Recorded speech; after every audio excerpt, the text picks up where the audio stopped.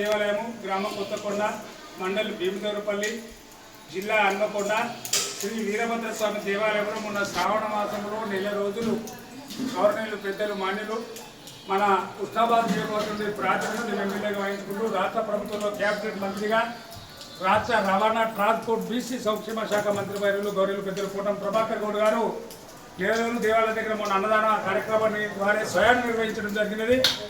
మరియు మంత్రి గారు పెట్టింది కాబట్టి ఆగకుండా ప్రతి నిత్యం కూడా దేవాలయానికి భక్తులు వస్తున్నారు కాబట్టి దైవ దర్శనం తర్వాత ప్రసాదం భక్తులకు అన్నదానం అన్నిటికంటే అన్నదానం విన్నా అన్నం అనేది ఇలా కుల మత భేదం తారతమ్యం లేకుండా చిన్న పెద్ద లేకుండా ఎవరైనా కానీ ఉన్నత వాళ్ళు కానీ పేదవాళ్ళు కానీ దేవుడు అందరికీ ఒక్కవాడే అందరూ దర్శనానికి వస్తారు కాబట్టి దేవాలయం నిత్య అన్నదానం జరగాలని భావించి ఈరోజు ఒక భక్తుడు కుమారస్వామి గారు హన్మకొండ వాస్తవులు 3,000 రూపాయలు 30 మందికి అన్నదానం చేయడం ఇవ్వడం జరిగినది. వారు ఈ అన్నదానం వారి పేరు మీద చేయడం జరుగుతున్నది.